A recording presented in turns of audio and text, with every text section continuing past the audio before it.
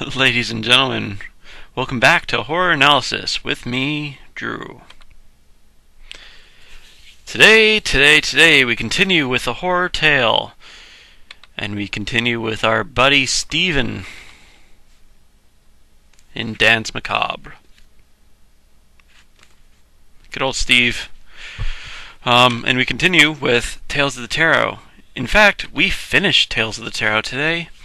Of course, Tales of the Tarot involve certain archetypes, tropes, or conventions in which the stories will conform to an extent.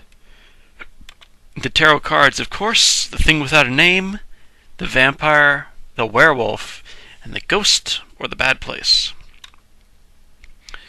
We are on the fourth tarot card, the ghost, the bad place. And Stephen King isn't really sure on this one. Of course, The Thing Without a Name was typified by Frankenstein by Mary Shelley. The vampire was typified by Dracula by Bram Stoker. The werewolf was typified by The Strange Case of Dr. Jekyll and Mr. Hyde by Robert Louis Stevenson. And the ghost, earlier, Stephen King said it's probably typified by, or you could say it's typified by Turn of the Screw by James, but the ghost is the Mississippi of the horror field. It is the source, the big one, and it is, and it hits you in ways that, in more primal ways, which is why I think the true card is the bad place, where Stephen King says the true card is the ghost. And he thinks the bad place oftentimes is the werewolf. And I think the ghost is oftentimes the werewolf. The same thing can be said about the ghost. However, we'll of course get into all that. Let's say what Stephen King says before I say why I disagree with it. I have my hot water. This is very hot water. I'm just gonna... Oh, it's very hot today.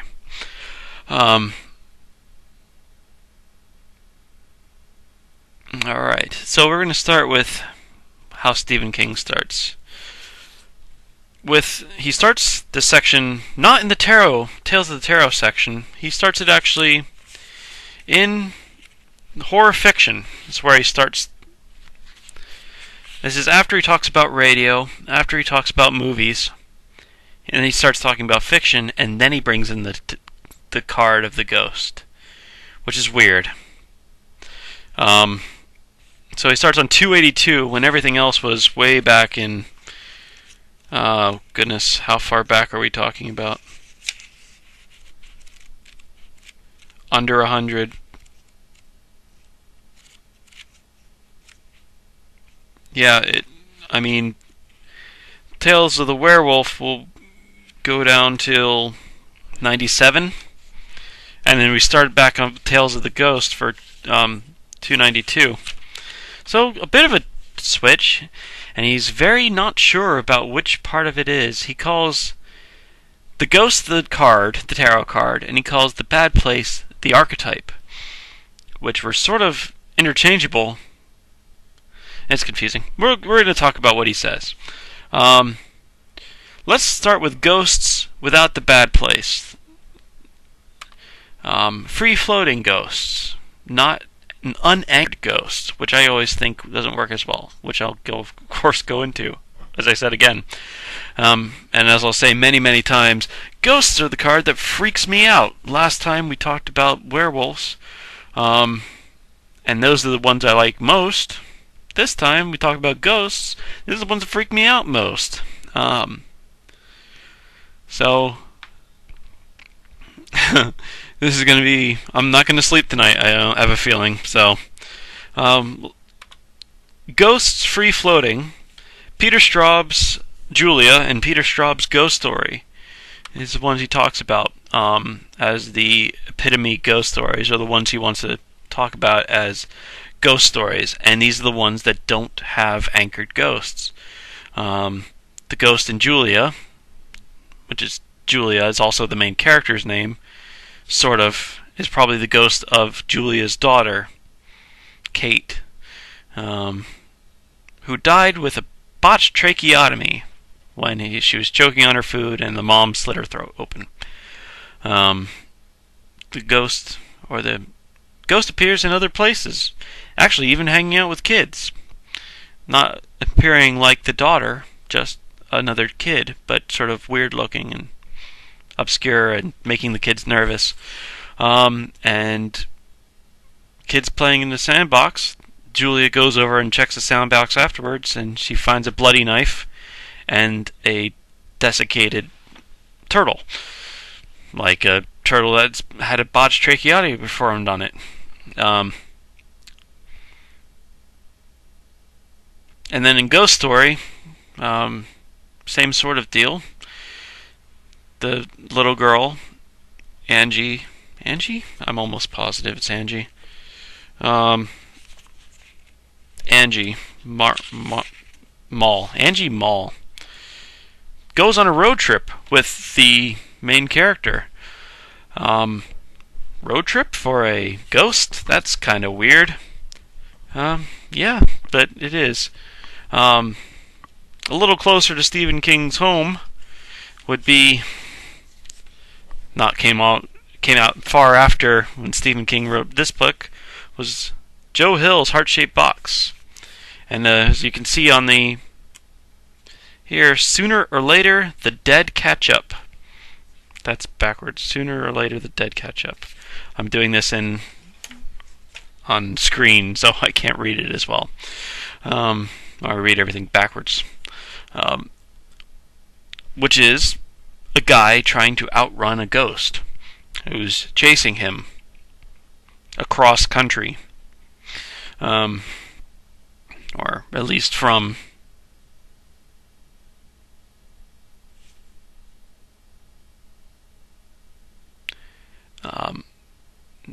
New Hampshire to Florida to Louisiana, was it?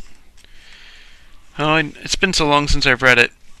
I don't have a lot of ghost books in my house, so there's going to be less of these that I'm going to show you. This is pretty much the only ghost book I have, because ghosts freak me out a lot. I don't have ghost movies because ghosts freak me out a lot. Outside of, one or two. And I haven't read Peter Straub because Peter Straub's the king of ghost stories. I've read some Peter Straub short stories, but I haven't read these two under explained by King. And they're move around ghosts too. So I don't know. I don't know if they work. I read The Hunger by Straub, or They Feed, or something along those lines, which is very odd. Food porny ghostness that I don't know, so weird. Anyway, Julia finds the ghost, talks to a black girl, Mona, about the ghost, or the weird little girl, and when she asks the little girl's name, the girl says Julia back to her. And sort of later on in Ghost Story, there's the same sort of thing as the ghost, or a suspect ghost, makes the implication that the main character is the ghost, which makes it think that it's werewolf or internal evil. Apollonian Dionysian conflict, of course, that's throughout all horror, but internalized. I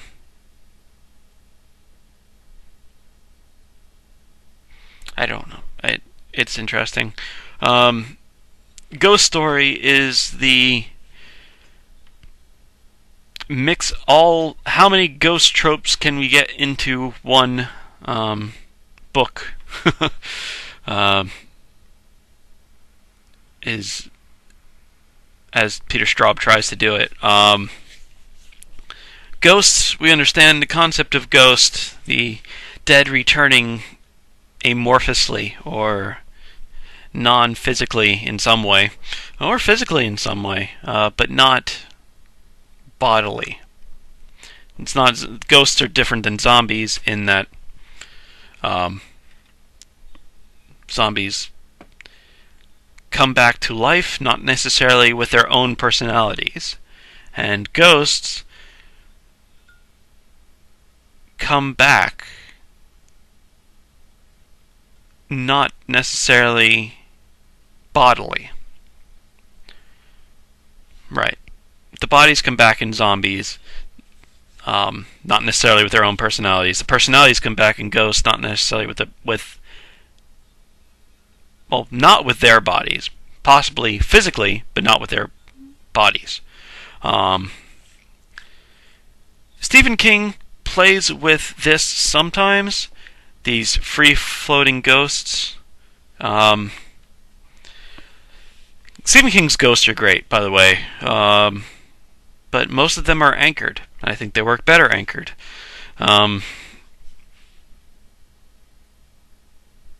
Sometimes they come back, I guess could be considered free-floating. No, I wouldn't say that. I would say it's anchored to the town. Yeah, no, I don't think any... They move about, but they don't move about much. I haven't read Bag of Bones. I was actually given it by my boss not too long ago.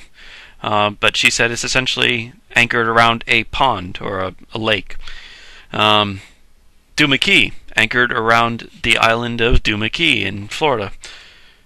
And I used to live in Sarasota, so I sort of know the area that it's supposed to take place in. Not that Duma Key exists as an actual island over there, but the island and the water around the island were part of the hauntingness.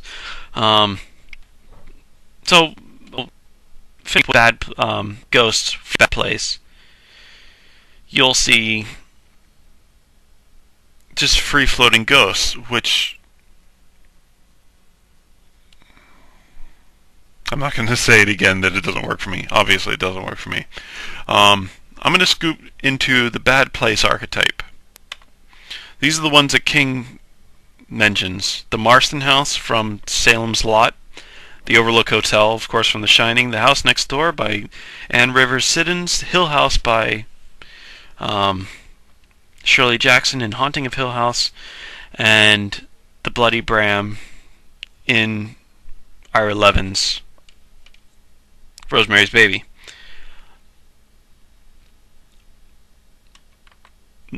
The last one isn't a ghost story. It's how he transitions from bad place into monsters in general, because this is, of course, in the fiction section in Stephen King.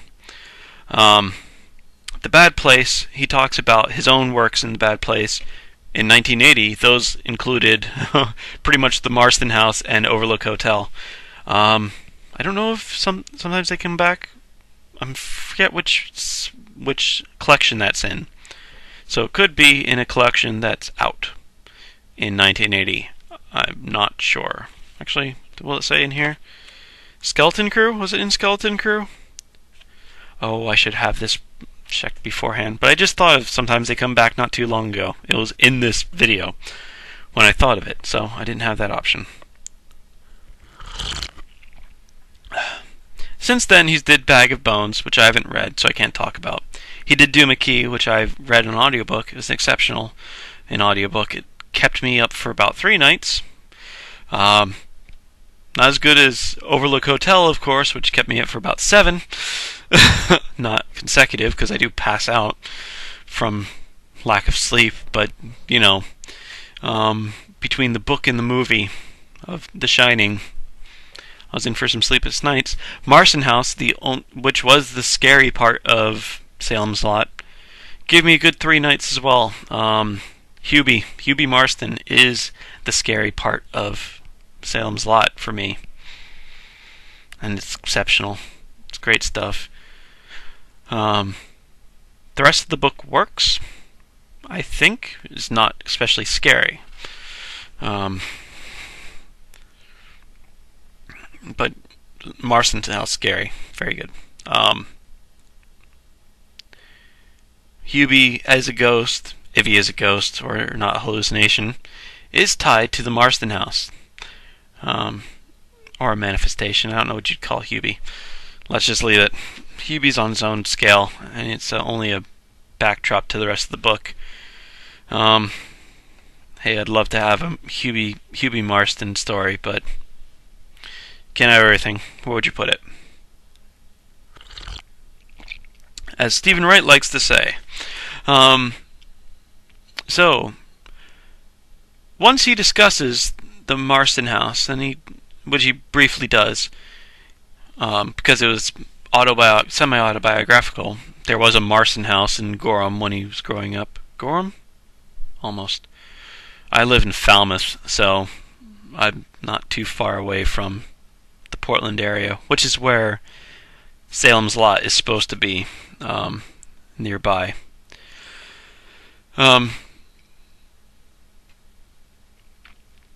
So, and then we go into the Overlook Hotel, which is in The Shining. If you haven't seen the movie, you should. If you haven't read the book, you should. I can't say which one to read first, and I will mention King's problem with The Shining as a movie. There's a few. It boils down to Jack Nicholson is the one that goes crazy. In the book, it is a slow process and you see it happen. And you don't expect it to happen. Jack Torrance, slow descent in madness. Jack Nicholson, golfer, yeah. I used to get that wrong so often when I was a kid. Jack Nicholson, no one has a problem with him going nuts. He goes nuts quite often. It's a short trip, driving him insane. It's a short trip. So it wasn't a stretch to see Jack Nicholson going crazy. It's a stretch to see Jack Torrance going crazy. But it happens. So that's the overlooks, the problem with Stephen King and The Shining movie. Most average moviegoers don't have a problem with The Shining as a movie. I would recommend watching The Shining first and reading the book second, because the book is better and you don't want to have the movie ruined. Yeah. And it's a great movie. So if it's a great movie and the book's better, it's a great book. Let's go over the Overlook. The Overlook is a hotel. So it's not a haunted house. That's why the archetype is called the bad place. The Overlook is a hotel where bad things happen to good people. And sort of a psychic video camera is what he conceived of it as and succeeds at.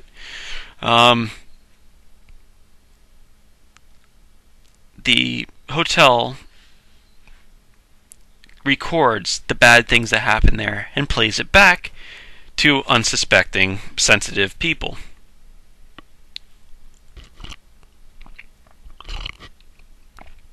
Or insensitive people, because Jack Torrance is as asensitive as you can get, according to... Oh, it's been so long.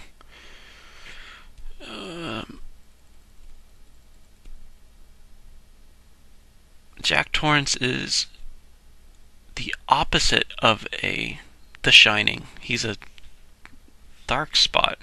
It's the cook, the black cook. It's gotta be. It's gotta be. But I don't remember. Apparently there's going to be a sequel to The Shining soon, with Danny Torrance growing up, and fighting other type people. Interesting concept. Not a ghost story. So, but as I said before, where Stephen King excels is his dark sci-fi or dark paranormal. Firestarter is one of my favorites. Carrie, The Shining, in that Danny Torrance has The Shining, has ESP abilities.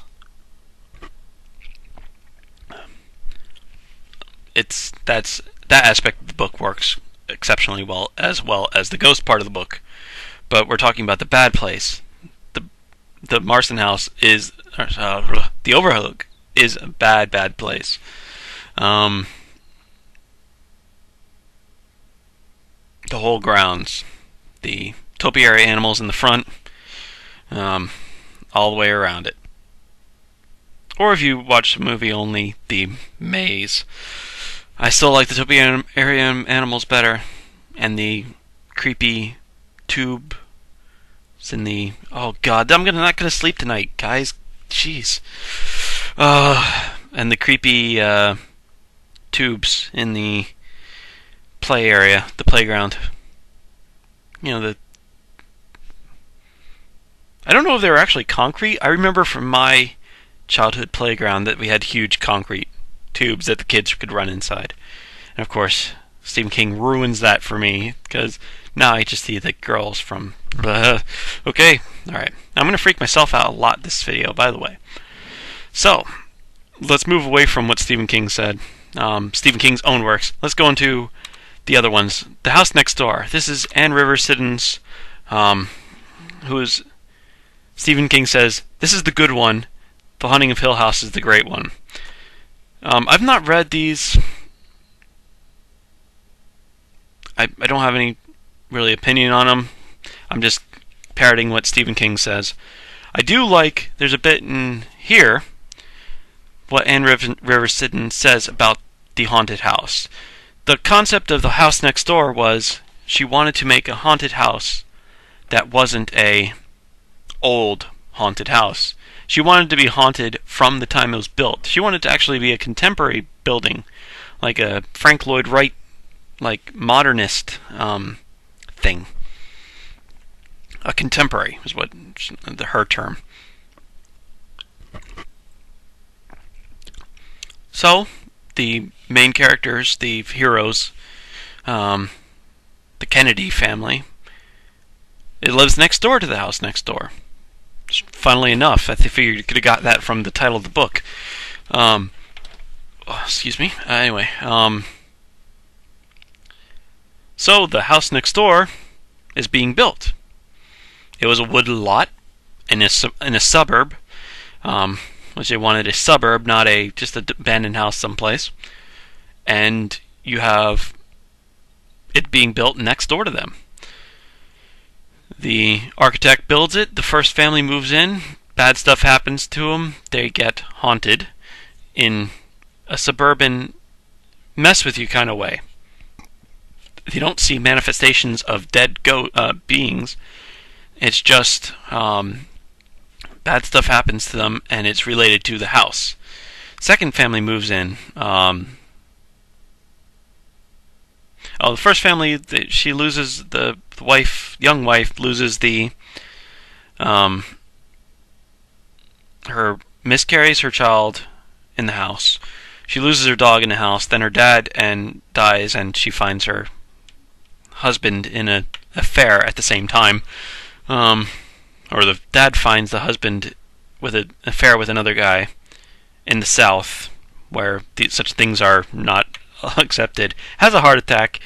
The wife finds the husband and the other guy, and the dad dying at the same time, and that's how they end their series. The next family that moves in, the son died in Vietnam, and the wife's getting over it, and she keeps seeing on the television, the color TV, the replay of the son dying in Vietnam. Pretty creepy. And then the third family moves in, something else happens, I don't remember. I can't figure it out. Or I don't remember what details. I don't know how many details they give, because I don't think they give a lot of details. Now, Anne River Siddon's not a horror writer. She's a gothic, southern writer. I don't want to call her chick lit because it's not fair to call every female author chick lit, contemporary author. But a lot of chick lit readers read Anne River Siddons, put it that way. But she wanted to write a haunted house story because she likes haunted house stories. All of her favorite writers had at some point played with ghosts, or played with occult fiction, or played with haunted houses. And she wanted to do the what if. She says the what if game that writers do, and creative people in general know the what if game, and then that's a spark. She said, what if it's a new house? What if it's in a suburb, not in an old, dilapidated part?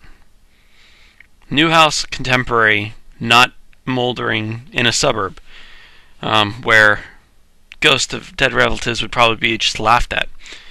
So she wanted to do new series. So I actually have a nice, good quote by her, and I want to read it.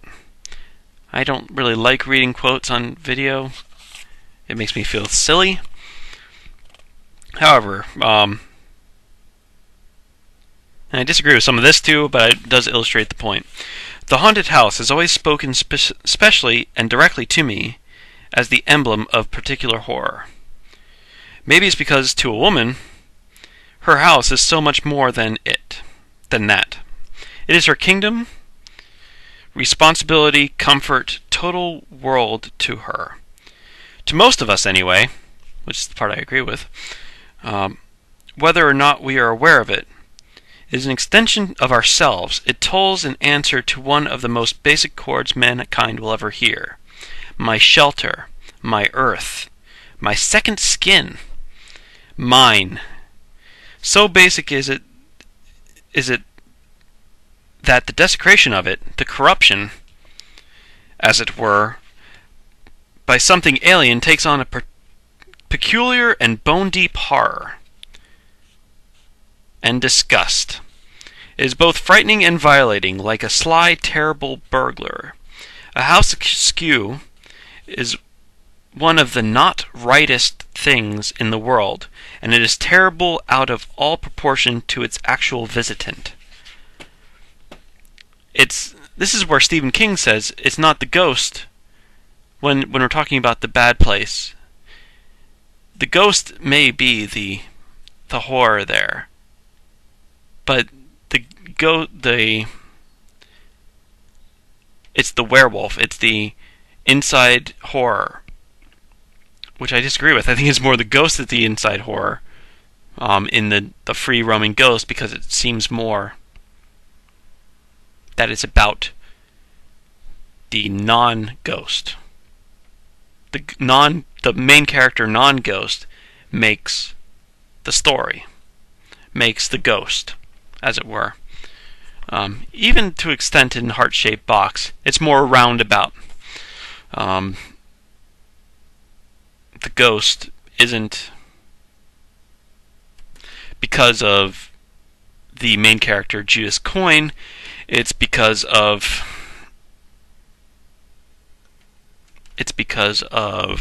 Judas Coyne's relationship with Florida, which is the ghost's niece?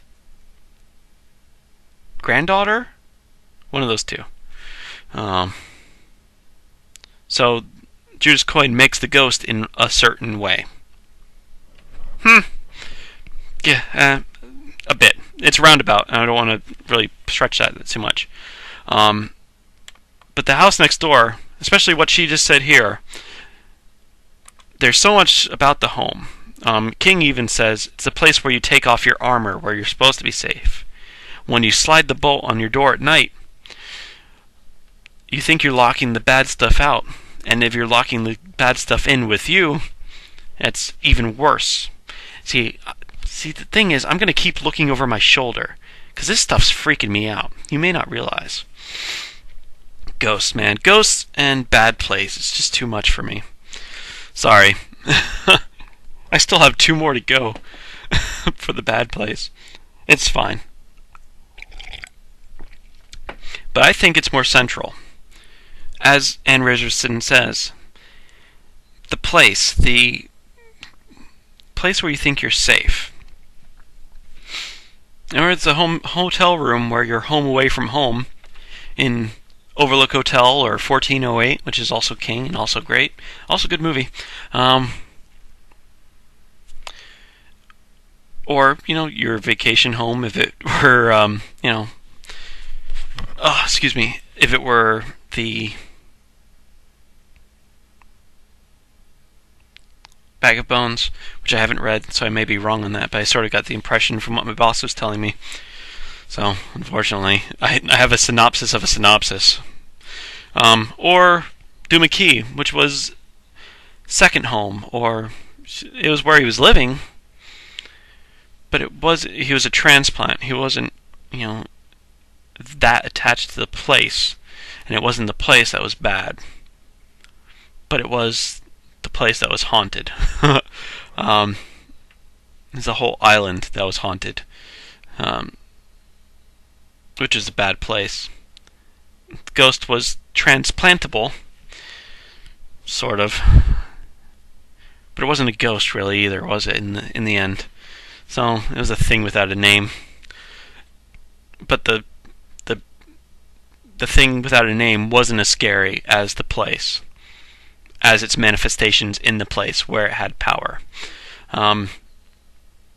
Like it was a thing without a name, and when it was playing ghost, it was really, really scary.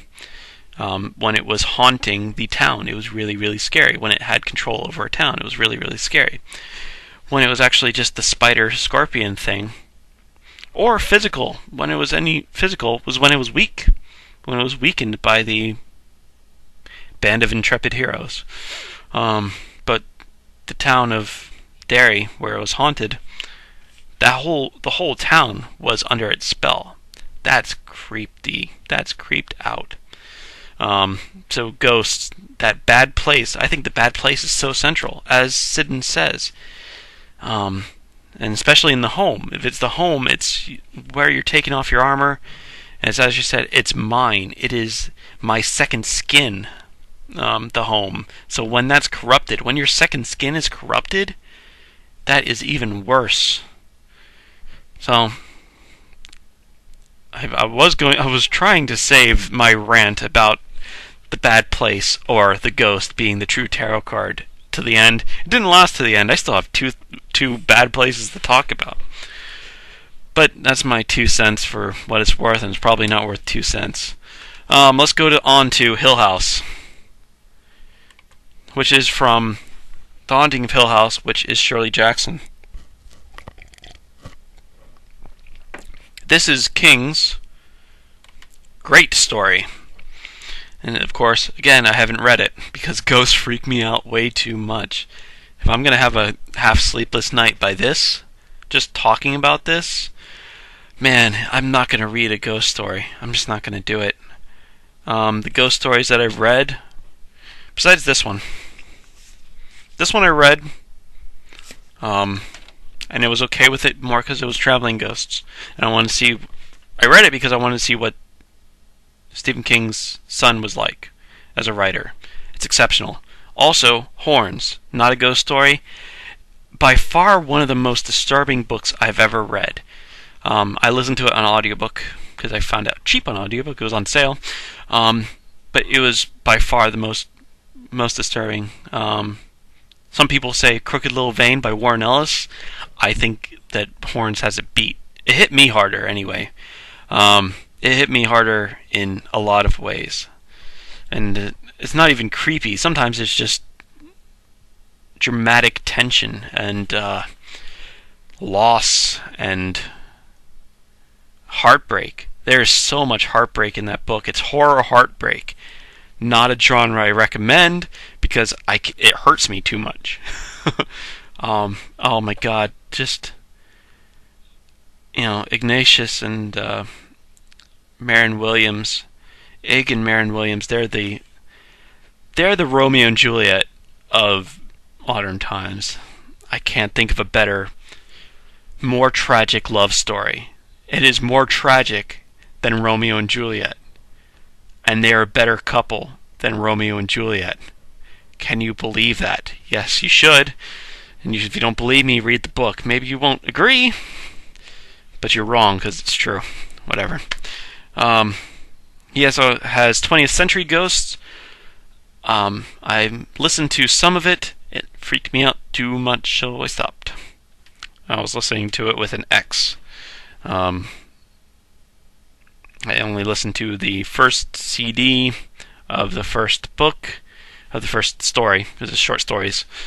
And it was creepy. Too much. Ghosts freak me out too much. I know ghosts freak me out, so I do tend to avoid them. So, you may say to yourself, how do you know? Well, because they freak me out. If ghosts are freaking you out so much, why are you the person to talk about it? Well, because ghosts freak me out so much. It's because ghosts freak me out so much that I am the expert in it. This is what freaks me out more. Oh my god, I still haven't talked about Hill House, have I? Oh yeah, Hill House. I haven't read Shirley Jackson's Haunting of Hill House.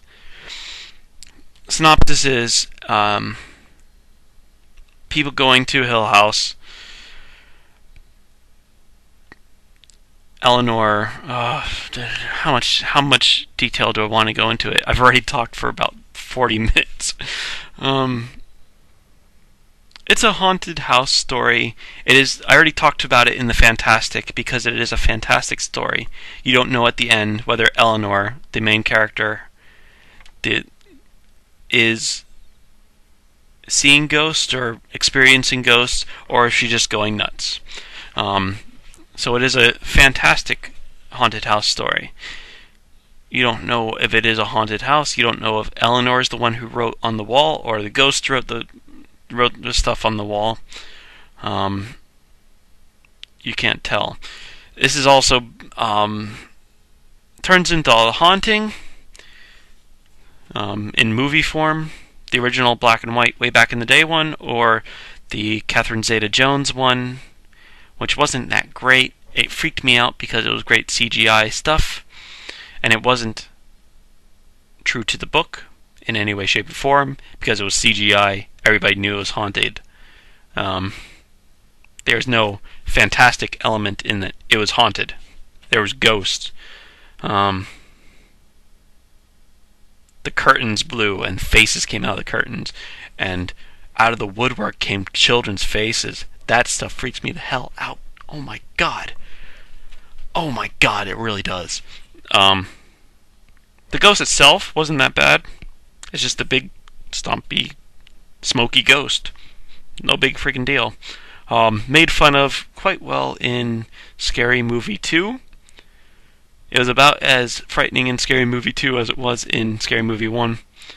I own Scary Movie 2. I own the Scary Movies.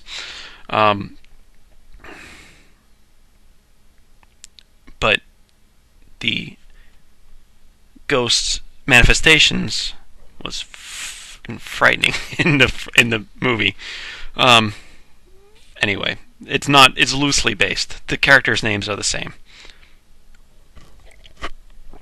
And the house name is the same. Sort of. Is it? Oh, I don't even remember.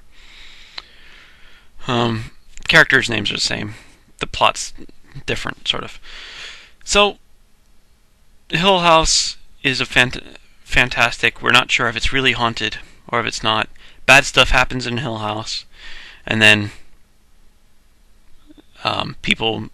whoever buys it ends up leaving it quickly because it's a bad place. Then transitions from that into the rest of his fiction, because he's going to talk about fiction for now after this. But he talks about Rosemary's Baby. The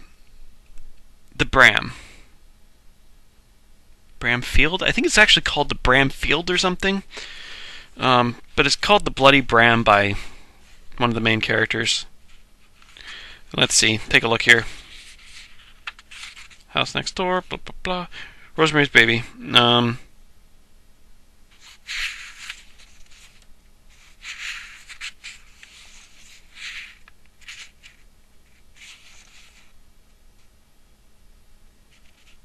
Oh, I don't think it even says in Stephen King's book. I thought I owned it, but I don't. The book. I own the movie. The Bram is in a condo, apartment building. High end. The character, Rosemary, and her husband get a apartment there. They're like really excited because it's, hey, George Harrison, I think, had an apartment there or something. It's crazy. Hey. But then one of Rosemary's friends, local historian, it takes place in New York. It's very urban horror, which is a great urban horror, daylight horror, and urban horror. IR11. I did mention IR11? Yeah, I think I did. Oh, and the sequel, The Child of Rosemary, Son of Rosemary, by far the worst book I've ever read. I finished it. I threw it across the room. It is awful. Oh my god, it is really bad. Please don't read it. If you want a really bad book that will really make you angry, read it. Otherwise, don't. It's bad. I don't know what he was thinking. There's some parts of it that I guess were okay. In social commentary terms, it is awful. Oh my god, so bad. I'll tell you what, it ends. I'll tell you how it ends. It ends with Rosemary waking up before the baby's born. It ends with it all being a dream. The Dallas ending. It's so awful. I read that, I was like, oh my freaking god, are you kidding me? No. Don't read it. But the first one was good. I'll give props to the first one, and I give props to Polanski for the movie of the first one.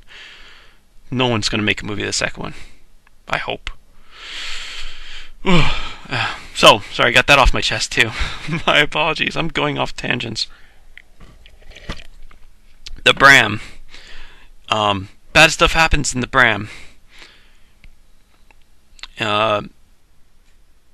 Rosemary meets the neighbors. The neighbors are Satanists. You don't know that now. You find that out later. And they convince Guy. Would it be Guy? I think it's Guy in the movie, so I'm just going to go with that. Guy to sort of join up for his career because he's an actor. And Guy sells Rosemary out to Satan. So on a boat, Rosemary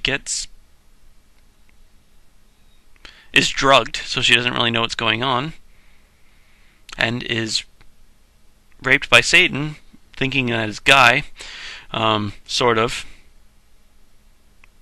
And then Guy and the Satanist managed to convince her that other stuff, it didn't happen that way. It was just Guy. Hey, you drank too much. You weren't drugged. But, stuff goes on. The obstetrician that she likes is replaced by one of the Satanists, who, of course, is a much more well-regarded obstetrician. Obstetrician. I get the ob and the jinn mixed up sometimes, so I had to double check in my head. I'm rambling tonight. Sorry, folks. Almost done with my water too. Wow, that is long series, long session tonight. 45 minutes already. So, the Bloody Bram is where the Satanists hang out. It's actually where the Satanist heads, the leader of the Satanists, Satanist father or grandfather, I don't remember, it's been a while since I've read the book, built it. The Bram is named after, with IR11, but for Bram Stoker. I think they call it the Bramford or the Bramfield or something in the book, but it's got a bloody history that Rosemary's buddy, who's also killed later on, points out to her. So it's also a bad place. It's not a ghostly or haunted bad place, but it is a bad place. It is a place where she should feel safe, but isn't safe. She feels safe there for a bit, but So that is the ghost card, or the bad place archetype. I think it should be the bad place card with the ghost archetype myself, as I've said several times. Unanchored ghosts don't work as well. My ghost story, which was also a fantastic story, was Jim. You can have a haunted anything. Haunted hotel rooms, haunted hotel, haunted gym, haunted lake, haunted island, haunted new house, haunted old house. You can have ghosts that wander around. Ghost story, the ghost takes a road trip with the main character, but then you're not sure if the main character is the ghost, because ghosts get confusing when you don't have them anchored. This one, there was an anchor. They destroyed the anchor, symbolically or in actuality, so the ghost became freeform. It works because it twists your mind. It's kind of Deus Ex Machina. A few things in this book are Deus Ex Machina.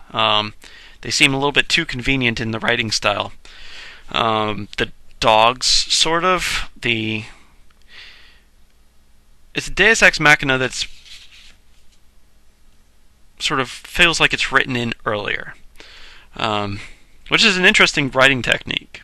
If you're going to have a gimmick that solves the plot, make sure your gimmick is introduced very early on in the story. I don't want to give the wrong impression about Joe Hill. It really is a great book. You really should read it. If for no other reason that to check out a free-floating ghost story, and then read Ghost Story itself, Peter Straub's Ghost Story, or Julia, where the place itself really doesn't matter to the ghost. The ghost is following the person. So I guess you could even say the person is the anchor, which doesn't work as well either for another reason. Because the person itself is the anchor, or the person itself is the ghost in Ghost Story, and that hurts my head. I probably should have read this before making this video, but it would just freak me out and I wouldn't sleep for a while, so I'm not going to do that. Sorry, folks. So I'm going to turn it off here. I'm sure you've noticed this. I'm sure you probably aren't even aware that this is the first video I'm doing with this. We're ending the horror tale today. The next section in our horror analysis section, which I have a slide for, is History of Horror. And you know what? I'm not ready for History of Horror yet. So this is my first video with this.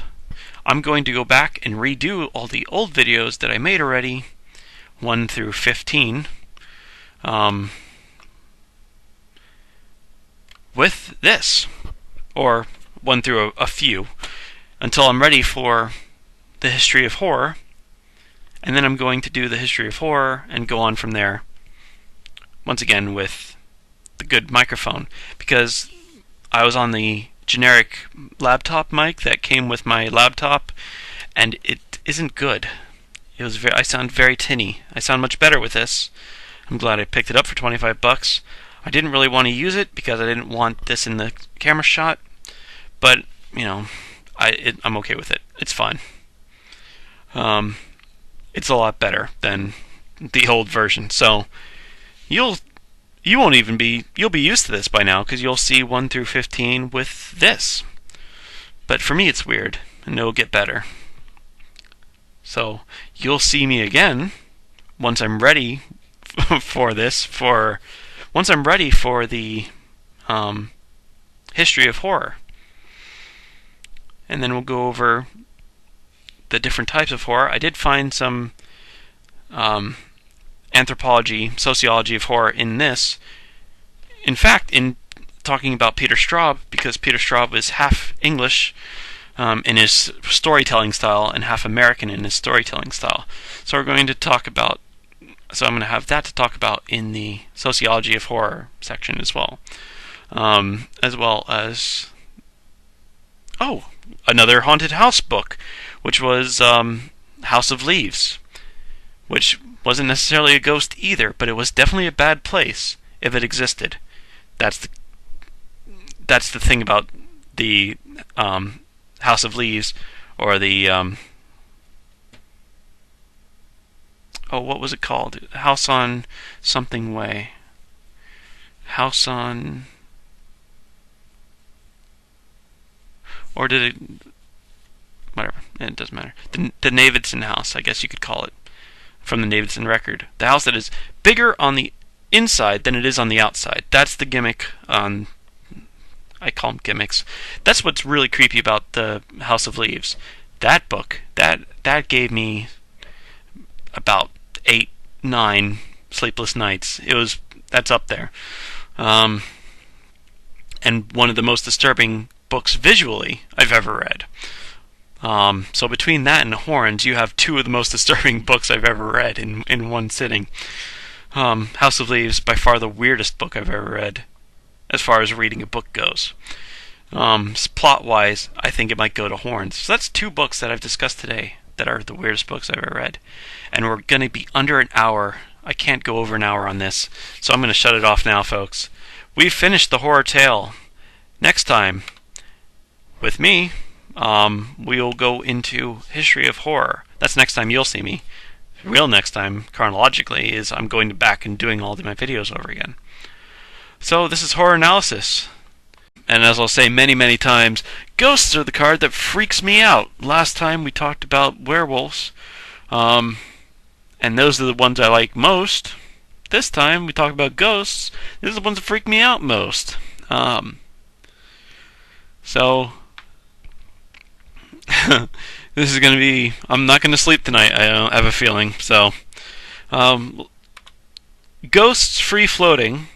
Peter Straub's Julia and Peter Straub's Ghost Story is the ones he talks about as the epitome ghost stories, or the ones he wants to talk about as ghost stories. And these are the ones that don't have anchored ghosts.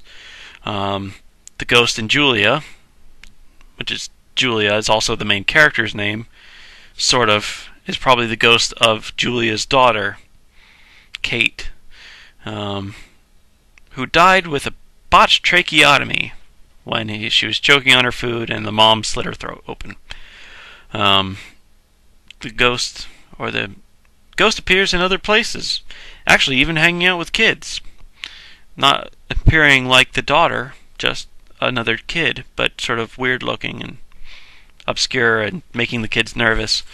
And kids playing in the sandbox. Julia goes over and checks the sandbox afterwards, and she finds a bloody knife and a desiccated turtle. Like a turtle that's had a botched tracheotomy performed on it. And then in Ghost Story, same sort of deal. The little girl, Angie? I'm almost positive it's Angie. Angie Mall goes on a road trip with the main character. Road trip for a ghost? That's kind of weird. Yeah, but it is. A little closer to Stephen King's home would be came out far after when Stephen King wrote this book, was Joe Hill's Heart-Shaped Box. And as you can see on the here, sooner or later the dead catch up. That's backwards. Sooner or later the dead catch up. I'm doing this on screen, so I can't read it as well. I read everything backwards. Which is a guy trying to outrun a ghost who's chasing him across country. Tales of the Tarot section, he starts it actually in horror fiction. That's where he starts. This is after he talks about radio, after he talks about movies, and he starts talking about fiction, and then he brings in the card of the ghost, which is weird. So he starts on 282 when everything else was way back in. Oh, goodness, how far back are we talking about? Under 100. Yeah, I mean, Tales of the Werewolf will go down till 97, and then we start back on Tales of the Ghost for 292. So a bit of a switch, and he's very not sure about which part of it is. He calls the Ghost the card, the tarot card, and he calls the Bad Place the archetype, which were sort of interchangeable. It's confusing. We're going to talk about what he says. Let's start with ghosts without the bad place. Free-floating ghosts, not an unanchored ghost, which I always think doesn't work as well, which I'll of course go into, as I said again.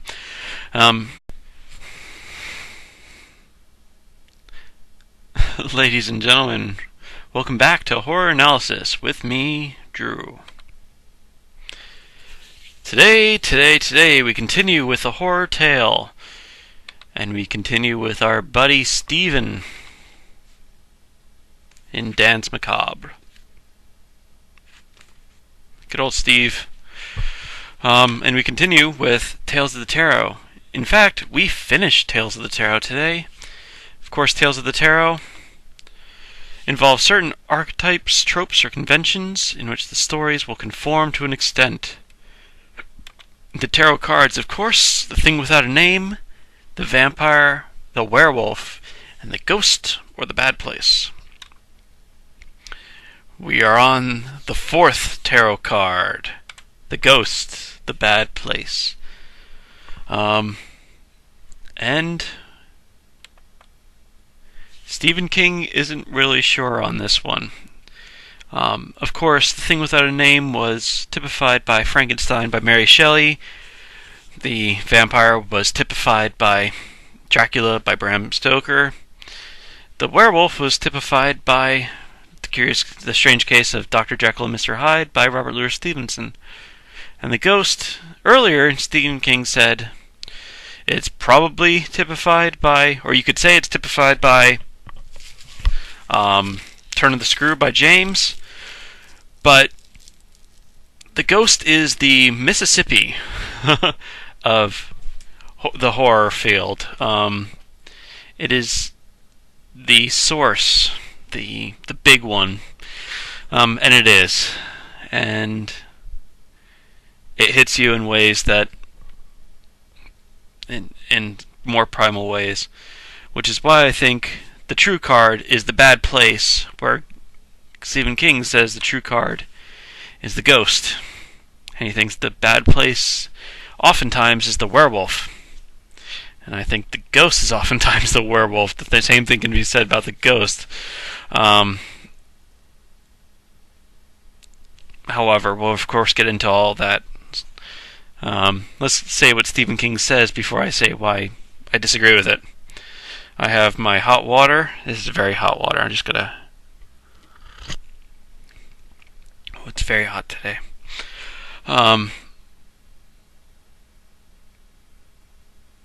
Alright, so we're going to start with how Stephen King starts. He starts this section not in the tarot